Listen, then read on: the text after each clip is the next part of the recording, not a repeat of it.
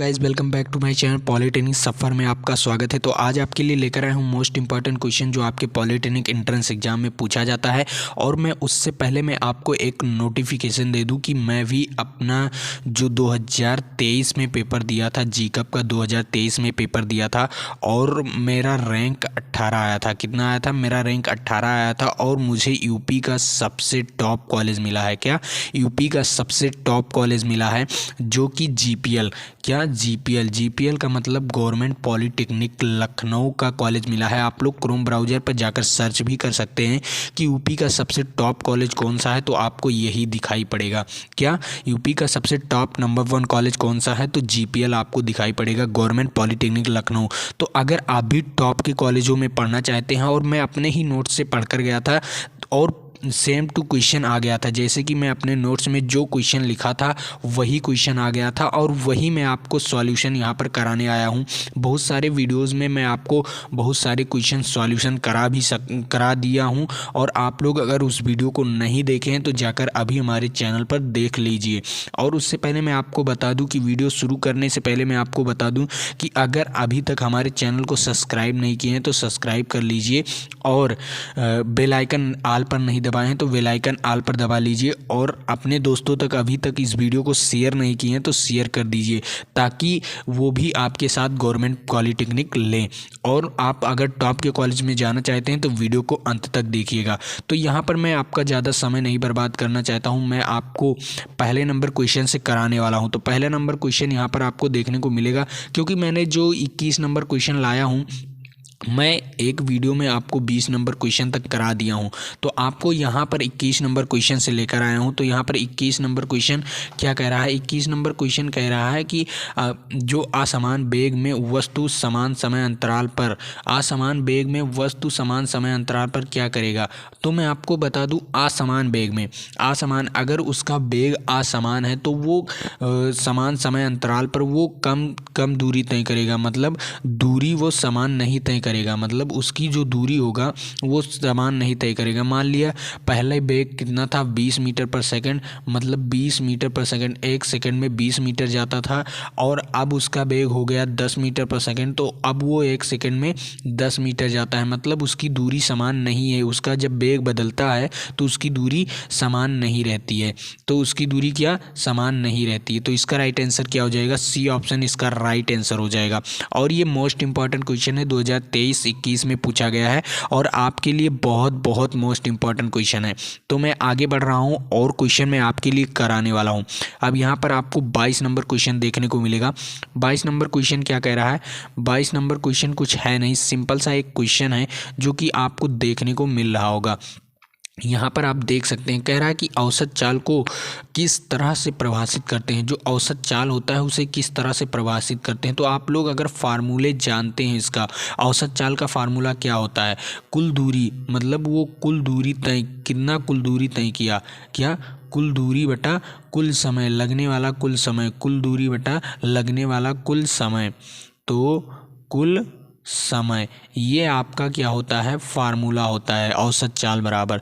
तो कुल दूरी बटा कुल समय, मतलब जो इसका औसत चाल को परिभाषित करेगा कि कुल दूरी बटा कुल समय, लगने वाला कुल दूरी और कुल समय, कितना समय लगा। तो इसका राइट आंसर क्या हो जाएगा? डी ऑप्शन इसका राइट आंसर हो जाएगा, कि यहाँ पर आपको दिया गया है कुल तय की गई दूरी, मतलब अगर यहाँ पर जो पूरी दूरी तय की जाती है औसत चाल में, पूरी दूरी तय की जाती है, उसे समय से, पूरे समय से भाग दे दिया जाए तो क्या निकल आता है? औसत चाल निकल आता है। क्या निकल आता है? औसत चाल निकल आता है। तो ऐसे फार्मूले आप लोग बेहतरीन ढंग से याद कर लीजिए, क्योंकि ये 2023 में पूछा गया है। आगे बढ़ रहा हूँ, यहाँ पर आपको 23 नंबर क्वेश्चन देखने को मिलेगा। 23 नंबर क्वेश्चन में आपको ग्राफ बनाना रहता है। क्या? आप अगर ग्राफ बनाना जान गए तो सवाल को आसानी से कर लेंगे। तो यहाँ पर आपको ग्राफ कैसे बनाया जाए ये आपको देखने को मिलेगा। अब यहाँ पर आप देख लीजिए कि वेग समय ग्राफ, यदि टी अक्ष के समांतर है तो वस्तु गतिशील। अब बताइए आपको क्या बताना है, यहाँ पर ऑप्शन चुनना है। तो आप पहले ग्राफ बनाइए, ग्राफ में पहले क्या होता है? ये वेग होता है और ये समय होता है। हमेशा एक्स अक्ष पर समय लिया जाता है और वाई अक्ष पर वेग लिया जाता है। तो यहाँ पर अब क्या है? टी के समांतर है, कोई भी रेखा एक टी के समांतर है, तो टी के समांतर है मतलब इसका जो वेग है वो परिवर्तन नहीं होता, वो नियत है। क्या, इसका जो वेग है वो नियत है, मतलब वो समान रूप से विस्तारित है। तो इसका वेग समान रूप से है, मतलब अगर ये यहाँ पर 10 मीटर पर सेकंड वेग से चल रहा था तो भी यहाँ पर 10 मीटर पर सेकंड वेग से ही चल रहा है। तो इसका जो वेग है ना ये समान है। क्या है, इसका वेग जो है वो समान है, आपको ग्राफ में दिख रहा है। तो इसका राइट आंसर क्या हो जाएगा, इसका राइट आंसर ए ऑप्शन हो जाएगा। क्या हो जाएगा, इसका राइट आंसर ए ऑप्शन हो जाएगा। इसका वेग जो है वो समान है, आप लोग ग्राफ से ही देख सकते हैं कि कैसे इसका वेग समान है। तो मैं आपको इतना बता दिया हूँ कि अगर ऐसा बन रहा है तो आपका ग्राफ क्या है, समान, मतलब वेग आपका समान है। और ये 2019 और 18 में पूछा गया है, आप यहाँ से देख सकते हैं। और ये आपके लिए मोस्ट इम्पॉर्टेंट क्वेश्चन है। क्या, ये आपके लिए मोस्ट इम्पॉर्टेंट क्वेश्चन है। आगे बढ़ रहा हूँ और क्वेश्चन मैं आपको कराने वाला हूँ। अब यहाँ पर सेकेंड नंबर क्वेश्चन, यहाँ पर आपको 24 नंबर क्वेश्चन देखने को मिलेगा और ये आपके लिए बहुत बहुत मोस्ट इम्पॉर्टेंट अब बन गया। आप देख लीजिए यहाँ पर 2023, 19 और 18 और 12 में पूछा गया है। ये आपके लिए मोस्ट इंपॉर्टेंट वीवीआईपी क्वेश्चन बन गया है, ये आप लोग नोट कर लीजिए। क्या, वीवीआईपी क्वेश्चन बन चुका है, तो आप लोग इसे नोट कर लीजिए। और मैं आपको बता रहा हूँ ये जो 24 नंबर क्वेश्चन है ये भी एक ग्राफ का क्वेश्चन है। तो ग्राफ में कैसे बनाएंगे, तो पहला नंबर आपको ऐसे ग्राफ खींच लेना है। क्या, ग्राफ, और यहाँ पर वी हो जाएगा और यहाँ पर टी हो जाएगा, ये आपको तो पता चल गया। अब यहाँ पर आपको पढ़ना है क्वेश्चन को। वेग समय ग्राफ में यदि वस्तु एक समान त्वरण से गतिशील है, अगर एक समान त्वरण से गतिशील है तो ग्राफ कैसा होगा, आपको ये बताना है। तो ग्राफ कैसे होंगे, तो मैं आपको बता दूं, एक समान त्वरण, अगर त्वरण पूछ ले, अगर किसी ग्राफ, वेग समय ग्राफ या चाल समय ग्राफ में अगर आपका त्वरण पूछ ले या वेग ही में आएगा त्वरण, तो आपका अगर वेग में अगर त्वरण पूछ ले तो आपका हमेशा ग्राफ इस तरह, मतलब ग्राफ कितना कैसे बनेगा मैं आपको बता रहा हूँ। हमेशा ग्राफ बीच से जाएगा एक सीधी रेखा। क्या, बीच से जाएगी एक सीधी रेखा। अब यहाँ पर ये बीच से एक सीधी रेखा जा रही है, तो आपको यहाँ पर देखने को मिल गया, जब ये बीच से सीधी रेखा जा रही तो यहाँ पर आप ऑप्शन देखिए, ऑप्शन क्या क्या कह रहा है। तो ऑप्शन में क्या क्या कह रहा है, पहला ऑप्शन देख लीजिए, जैसे कि मैं यहाँ पर थोड़ा सा, यहाँ पर ये ऐसे सीधी रेखा जाएगी और ये V और ये T। अब यहाँ पर आपको ऑप्शन देखना है, ए ऑप्शन, पहला ऑप्शन देख लीजिए। पहले ऑप्शन में क्या कह रहा है, B अक्ष के समांतर है, जो उसका जो त्वरण है, मतलब एक समान त्वरण से गतिशील है, तो उसका जो ग्राफ है वो B अक्ष के समांतर है। कोई रेखा V अक्ष के समांतर यहाँ पर दिख रही है आपको, इस ग्राफ में आपको कोई रेखा x के समांतर, मतलब V के समांतर दिख रही है, नहीं दिख रही है ना।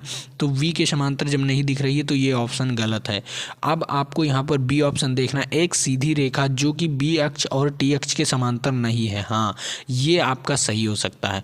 B ऑप्शन एकदम राइट हो सकता है, क्योंकि V अक्ष के ना समांतर है और ना ही T अक्ष के समांतर है।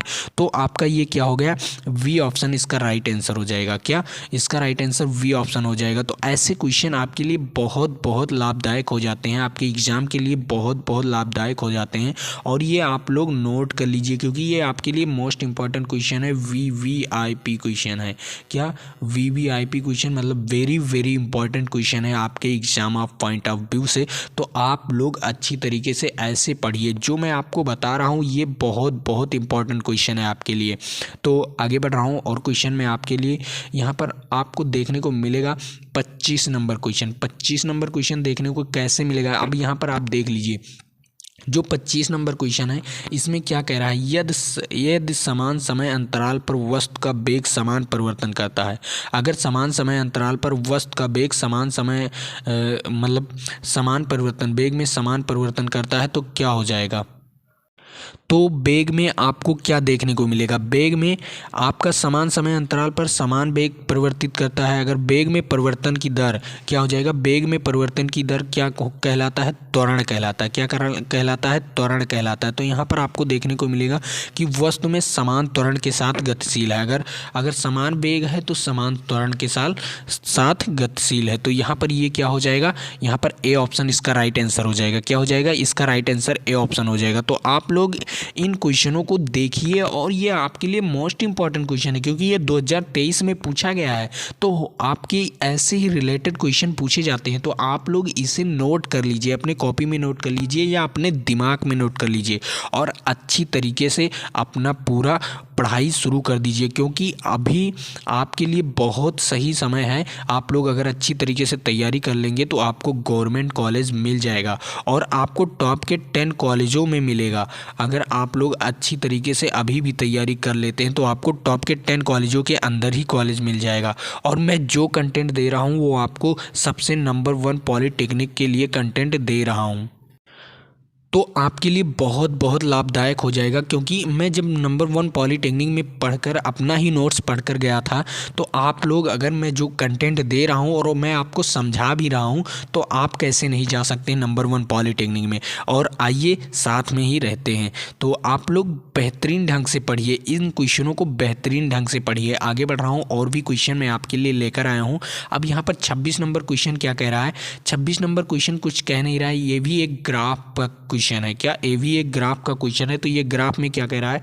वेग समय ग्राफ में ग्राफ द्वारा दिए गए नीचे दोनों अक्षों के बीच के समांतर मतलब बीच के बने जो क्षेत्रफल होते हैं, मतलब उनके दोनों अक्षों के बीच जो समांतर वहाँ पर बचा रहता है, जो भी बचा रहता है उसका क्षेत्रफल, मान लिया ऐसे है ना, तो इसका अगर ऐसे क्षेत्रफल निकाल लिया जाए, इसका अगर क्षेत्रफल निकाल लिया जाए तो क्या निकलेगा वहाँ पर? जब वेग है तो वहाँ पर क्या निकलेगा आपको बताना है। तो मैं आपको बता दूँ इसका राइट आंसर क्या हो जाएगा, क्योंकि ये वेग हो जाएगा, यहाँ पर आपका ये वेग हो जाएगा। जैसे ही ये वेग हो जाएगा और ये टी हो जाएगा, और अगर इसका क्षेत्रफल, इस त्रिभुज का क्षेत्रफल निकाल लेते हैं, अगर इस त्रिभुज का क्षेत्रफल निकाल लेते हैं तो क्या निकलेगा? सर्वप्रथम पहला नंबर क्या निकलेगा? आपका विस्थापन निकल जाएगा। क्या निकल जाएगा? विस्थापन। क्या निकल जाएगा? विस्थापन निकल जाएगा, कि उसको कितना विस्थापित किया। अगर वेग है तो विस्थापन निकल जाएगा, और अगर चाल है तो आपका क्या निकल जाएगा? आपका दूरी निकल जाएगा। तो इसका राइट आंसर क्या हो जाएगा? विस्थापन। इसका राइट आंसर क्या हो जाएगा? विस्थापन निकलेगा। और ये आपके लिए वीवीआईपी क्वेश्चन है, मैं आपको लिखकर भी दिखा दिया हूँ। वीवीआईपी क्वेश्चन है, तो आप लोग इसे भी अच्छी तरीके से पढ़ लीजिए। आगे बढ़ रहा हूँ, अब आपको यहाँ पर 27 नंबर क्वेश्चन देखने को मिलेगा। 27 नंबर क्वेश्चन क्या कह रहा है? कुछ कह नहीं रहा है, सिंपल सा ये भी क्वेश्चन है, और ये 2022, 20 और 19 और 12 में पूछा गया है। तो यहाँ पर आपको 27 नंबर क्वेश्चन देखने को मिलेगा। पहला नंबर क्या कह रहा है कि जब m द्रव्यमान की कोई वस्तु h ऊंचाई तक उठाया जाता है तो उसमें संचित होने वाली स्थितिज ऊर्जा, तो स्थितिज ऊर्जा का आप लोग फार्मूला पढ़े होंगे, W बराबर mgh। क्या? W बराबर mgh, मतलब h ऊंचाई पर और m द्रव्यमान पर और g से और गुणा किया जाता है। तो यहाँ पर क्या हो जाएगा? इसका सूत्र क्या हो जाएगा? mgh। क्या हो जाएगा? mgh। और ये कितनी बार पूछा गया है? 2022, 20 और 19 और 12 में पूछा गया है। और मैं आपको एक और चीज़ बता दूं कि इससे आपको तो फार्मूला पूछ लिया, लेकिन इससे क्वेश्चन भी पूछ लेगा। क्वेश्चन कैसे पूछेगा मैं आपको बता रहा हूँ। जैसे कि आपको यहाँ पर दे दिया गया है, आपको एम दे दिया गया। अब ये एम आपको मान लिया 10 kg दे दे, क्या कह दे? 10 kg दे दे, और ऊंचाई आपको 5 मीटर दे दे। क्या? ऊंचाई आपको 5 मीटर, इसे 5 मीटर उठाना है। क्या? इसे 5 मीटर उठाना है। तो आपको यहाँ पर स्थिति ऊर्जा कैसे निकालेंगे? तो W बराबर लगाएंगे mgh। क्या? mgh। तो यहाँ पर m क्या हो जाएगा? 10 हो जाएगा, और t और g का मान अगर 10 रखना चाहते हैं तो 10 रख सकते हैं। वैसे तो 9.8 आपके लिए बहुत बहुत लाभदायक होगा, क्योंकि वो जो 9.8 होता है ना, आपके लिए बहुत बहुत वो केयरफुली होता है, क्योंकि वो सही एकदम मान उसका जो है वो सही है। तो यहाँ पर क्या आ जाएगा? इन सब का गुणा करेंगे तो यहाँ पर आ जाएगा 100 और 500। क्या हो जाएगा? 500 आ जाएगा। 500 वो भी जूल में। क्या? हमेशा ऊर्जा किस में लिखी जाती है? जूल में लिखा जाता है। तो ऊर्जा हमेशा जूल में लिखा जाता है। तो इसका राइट आंसर क्या हो जाएगा? 500 जूल हो जाता। तो ऐसे ही क्वेश्चन आपके लिए पूछा जा सकता है। तो आप लोग भटकिएगा नहीं। यहाँ पर तो फार्मूला पूछ लिया, आपको फार्मूला याद था, लेकिन वहाँ पर अगर क्वेश्चन पूछ ले तो आप फार्मूला क्या लगाएंगे? सीधा फार्मूला स्थितिज ऊर्जा का लगा सकते हैं, कोई दिक्कत की बात नहीं है। आगे बढ़ रहा हूँ, यहाँ पर आपको देखने को मिलेगा 28 नंबर क्वेश्चन। 28 नंबर क्वेश्चन में क्या कह रहा है? 28 नंबर क्वेश्चन में कह रहा है दूरी समय ग्राफ एक समान गति का ग्राफ होगा। दूरी समय ग्राफ एक जो है ना, समय ग्राफ, मान लिया यहाँ पर दूरी समय ग्राफ, ऐसे ग्राफ बनाइए। ये हो गया दूरी, क्या हो गया? ये हो गया दूरी, और ये हो गया समय t। अब इसका एक समान ग्राफ मतलब एक समान गति का ग्राफ बनाना है। तो एक समान गति का ग्राफ बनाएंगे तो एक सीधी रेखा में बनेगा। क्या एक सीधी रेखा में ही बन रहा है ना, तो एक सीधी रेखा में बन रहा है। तो यहाँ पर इसका राइट आंसर क्या हो जाएगा, इसका राइट आंसर हो जाएगा एक सीधी रेखा में। और ये कितनी बार पूछा गया है आप देख सकते हैं, 2023, 19 और 12 में पूछा गया है। और ये आपके लिए मोस्ट इंपॉर्टेंट क्वेश्चन है, ये आपके लिए ही मोस्ट इंपॉर्टेंट क्वेश्चन है और आपके exam of point of view से बहुत बहुत मोस्ट इंपॉर्टेंट क्वेश्चन है। तो इसके लिए मैं आपको एक और बता रहा हूँ कि अगर आप लोग हमारे यूट्यूब चैनल को सब्सक्राइब नहीं किए तो सब्सक्राइब कर लीजिए। ऐसे ही वीडियोस को अगर आप लोग लाइक नहीं करते हैं ना, तो क्योंकि मैं जो कंटेंट बना रहा हूँ ये कहीं पर मिलने वाला नहीं है। और मैं आपको बता दूँ, इस वीडियो को लाइक कर दीजिए और अपने दोस्तों तक शेयर भी कर दीजिए और सब्सक्राइब करना ना भूलिए चैनल को। आगे बढ़ रहा हूँ, आपको 29 नंबर क्वेश्चन देखने को मिलेगा। 29 नंबर क्वेश्चन में कुछ कह नहीं रहा है, सिंपल सा ये क्वेश्चन है। यहाँ पर क्या कह रहा है, किसी वस्तु को ऊर्ध्वाधर ऊपर की ओर फेंका जाता है। अगर ऊर्ध्वाधर ऊपर की ओर फेंका जाता है तो अंतिम बिंदु पर गतिज ऊर्जा क्या होगी। जैसे कि ऊर्ध्वाधर ऊपर की ओर फेंका गया, कोई वस्तु ऊर्ध्वाधर ऊपर की ओर फेंका गया। आप लोग गेंद को फेंकते हैं ना, कोई अगर यहाँ पर मान लिया गेंद को फेंकते हैं, अगर आप गेंद को फेंकते हैं तो ऊपर जाते जाते आपको क्या दिखाई पड़ेगा, ऊपर जाते जाते आपको कुछ देर के लिए जब वो ऊपर पहुंच जाता है तो रुक जाता है। क्या वो रुक जाता है, वो जब बॉल रुक जाता है रुककर फिर से नीचे आता है। क्या रुककर फिर से नीचे आता है। तो जब वस्तु वहाँ पर पहुंच जाता है एकदम अपने जितना फोर्स आपने लगाया उतने फोर्स से जब वो ऊपर जाता है, ऊपर जाने के बाद जब वो फोर्स लगना बंद हो जाता है तो वहाँ पर थोड़ी देर के लिए रुक जाता है, थोड़े समय के लिए, ज़्यादा समय के लिए नहीं, कुछ समय के लिए, जो आपके आंखों से हो सकता है ना दिखाई पड़े, हो सकता है आप आभास नहीं कर पाते हो। लेकिन आज ही जाकर आप लोग बॉल को जब ऊपर की ओर उछालेंगे तो कुछ समय बाद वो नीचे की ओर आने लगता है। क्या वो नीचे की ओर आने लगता है, मतलब उसके जो जहाँ पर वो रुकता है वहाँ पर गतिज ऊर्जा वो पूछ रहा है। क्या वहाँ पर वो गतिज ऊर्जा पूछ रहा है। तो आपको वहाँ पर गतिज ऊर्जा कितने होंगे, तो जब वो वस्तु रुक जाती है तो गतिज ऊर्जा उसकी क्या हो जाएगी, शून्य हो जाएगी ना। जब वस्तु रुक जाती है तो गतिज ऊर्जा क्या हो जाएगी, शून्य हो जाएगी। और ये मोस्ट इंपॉर्टेंट क्वेश्चन है, 2019 और 12 में पूछा गया है। तो आप लोग इन क्वेश्चनों को लगा लीजिए और बेहतरीन ढंग से लगाइए। तो यहाँ पर क्या हो जाएगा, ये वी ऑप्शन हो जाएगा। क्या इसका राइट आंसर क्या हो जाएगा, वी ऑप्शन हो जाएगा। आपको तो ये क्वेश्चन समझ में आया होगा ना। अब यहाँ पर आपको 30 नंबर क्वेश्चन देखने को मिलेगा।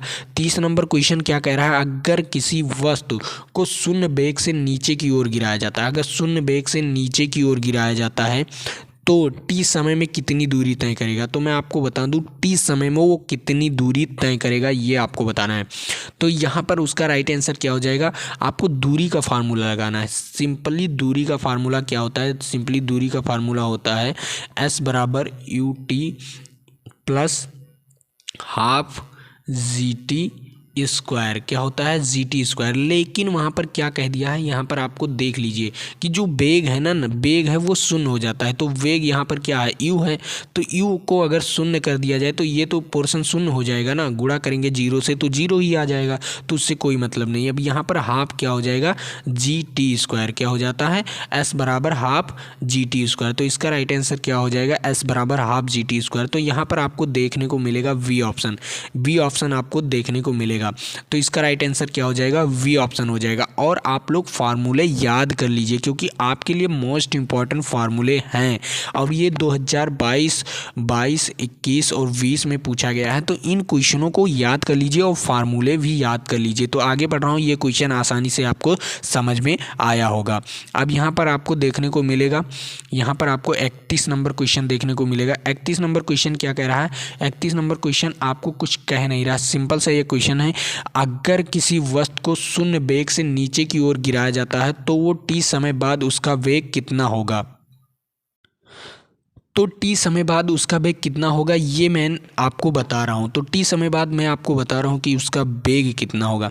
यहाँ पर वेग पूछा है ना, तो यहाँ पर आप देख लीजिए, अगर किसी वस्तु को शून्य वेग से नीचे की ओर गिराया जाता है, जब वस्तु को नीचे की ओर गिराया जाता है तो उसका वेग कितना होगा ये आपको बताना है। तो मैं आपको बता दूं वेग कैसे निकालेंगे। तो यहाँ पर एक फार्मूला आप लोग पढ़े होंगे कि b बराबर क्या होता है, b बराबर होता है b बराबर u प्लस जी टी। क्या, u प्लस जी टी, यही तो होता है ना, v बराबर u प्लस जी टी। तो क्या हो जाएगा, उसका जो वस्तु का वेग है वो शून्य, नीचे की ओर गिराया जाता है तो शून्य, मतलब जब गिराया जाता है तो उसका प्रारंभिक वेग क्या हो जाएगा, शून्य हो जाएगा, मतलब u शून्य हो जाएगा। तो यहाँ पर b बराबर क्या हो जाएगा, u शून्य हो गया तो v बराबर क्या हो जाएगा, gt हो गया। क्या, b बराबर क्या हो गया, gt। तो इसका राइट आंसर क्या हो जाएगा, b बराबर हो जाएगा gt, मतलब उसका t समय बाद उसका वेग कितना हो जाएगा, gt हो जाएगा। तो इसका राइट आंसर क्या हो जाएगा, डी ऑप्शन इसका राइट आंसर हो जाएगा। आप लोग तो इससे भी समझ लिए होंगे क्योंकि ये पहले ही फार्मूले के हैं, जो ये पहला फार्मूला है उसी से है। तो आप लोग फार्मूले याद कर लीजिए और ये आपके लिए मोस्ट इंपॉर्टेंट क्वेश्चन है, 2023, 19, 11 और 10 में पूछा गया है और ये आपके लिए मोस्ट इंपॉर्टेंट क्वेश्चन है। इससे आपके क्वेश्चन भी पूछे जा सकते हैं, अभी तो आपके सूत्र पूछा गया है लेकिन इससे क्वेश्चन भी आ सकते हैं। अब यहाँ पर आपको देखने को मिलेगा 32 नंबर क्वेश्चन। 32 नंबर क्वेश्चन में क्या कह रहा है, 32 नंबर क्वेश्चन में कुछ सिंपली कुछ कह रहा है। अब यहाँ पर आप देख लीजिए, 32 नंबर क्वेश्चन कह रहा है किसी वस्तु को किसी मीनार की ऊंचाई से 0 वेग से गिराया जाता है, मतलब 0 वेग से गिराया जाता है तो 4 सेकंड बाद उसका वेग कितना हो जाएगा। तो 4 सेकंड बाद उसका वेग कितना होगा ये आपको बताना है, लेकिन 0 वेग से गिराया जाता है तो 4 सेकंड बाद वेग आपको बताना है। तो वेग कैसे निकालेंगे, वेग कैसे निकालेंगे ये जानकारी आपको होनी चाहिए।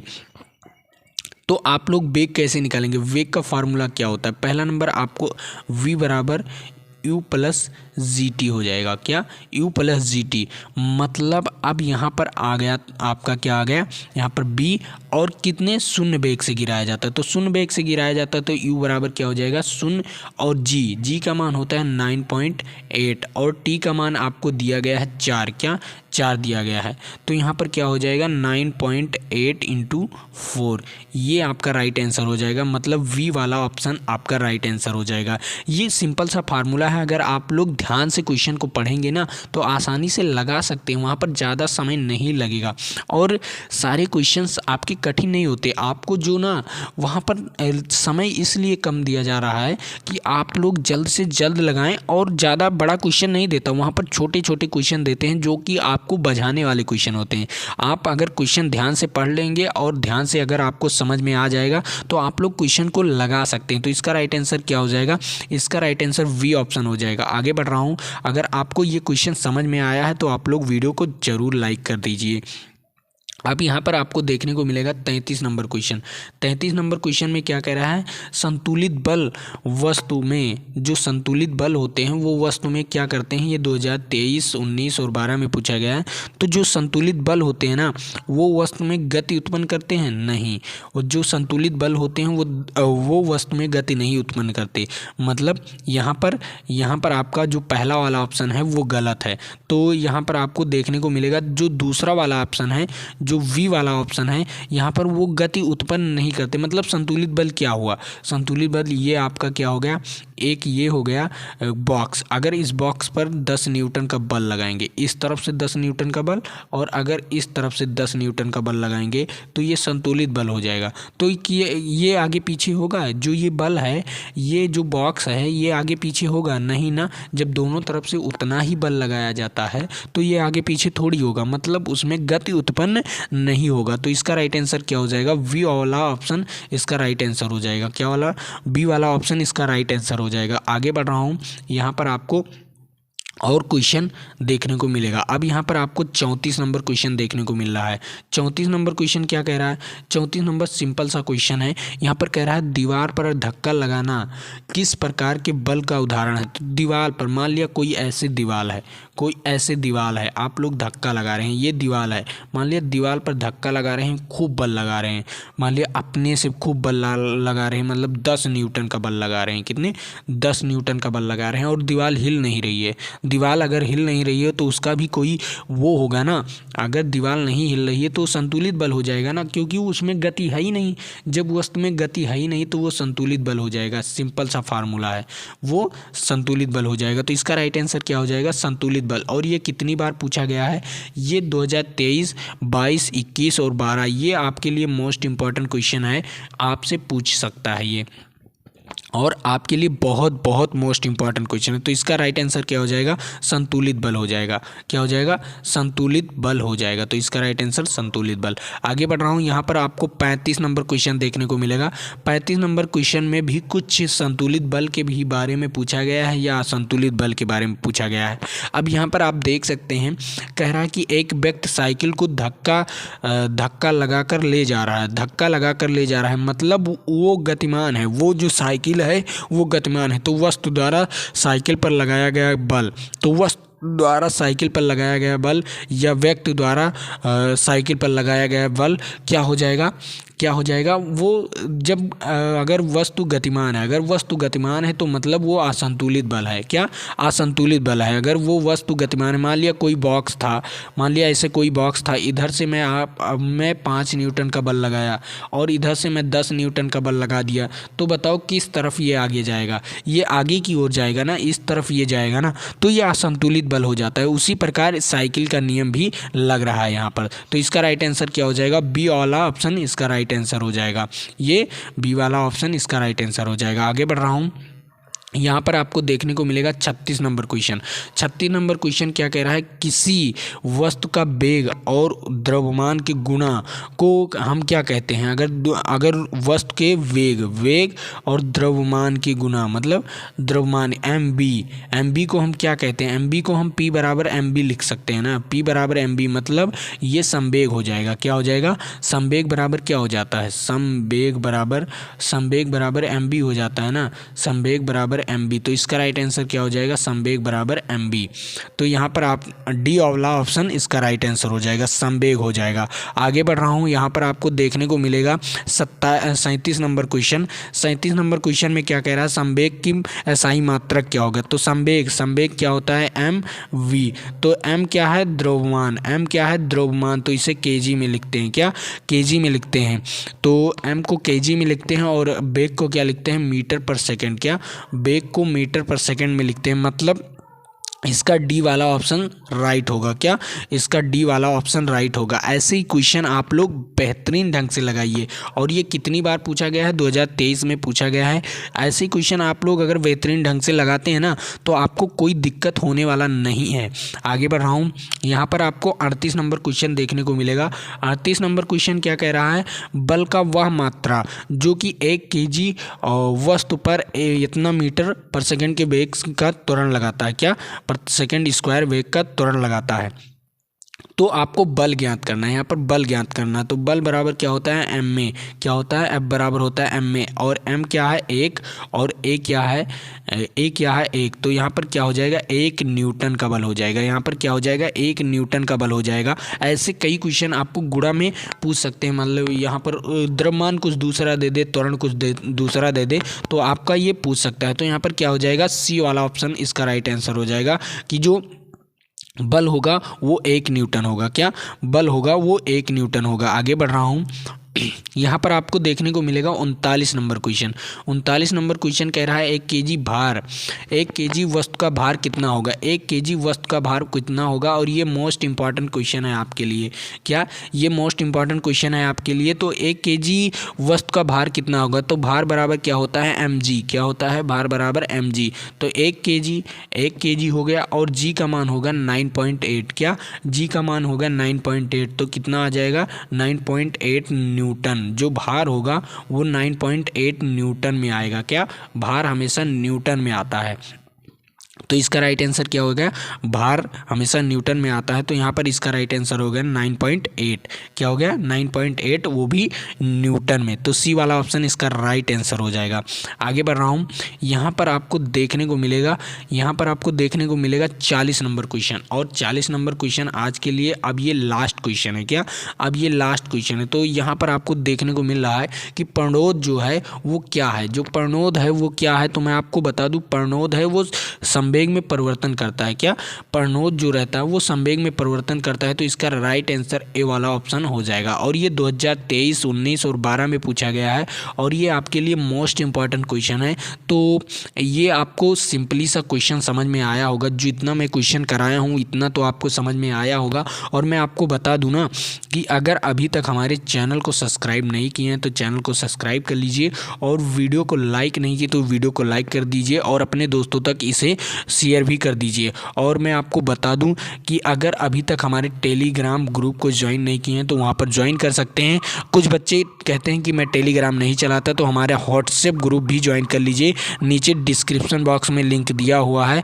ये यहाँ पर आपको क्या ये PDF मिलेगा। क्या ये जो मैं PDF करा रहा हूँ, सॉल्यूशन करा रहा हूँ, इसका ये आपको PDF मिल जाएगा। और अगर जो बच्चे टेलीग्राम को ज्वाइन करते हैं तो उनका 2 फ़ायदा होगा। एक तो उनको टेस्ट फ्री में मिलता है, क्या उन्हें टेस्ट फ्री में मिलता है और वीडियो का नोटिफिकेशन उन्हें मिलता रहता है। और व्हाट्सएप पर केवल वीडियो का नोटिफिकेशन और PDF मिलता है। तो आप लोग क्या ज्वाइन करना चाहते हैं ये आप लोग जानिए, लेकिन उससे पहले आप लोग वीडियो को लाइक और सब्सक्राइब चैनल को कर दीजिए। तो आज के लिए इतना ही। जय हिंद, जय भारत।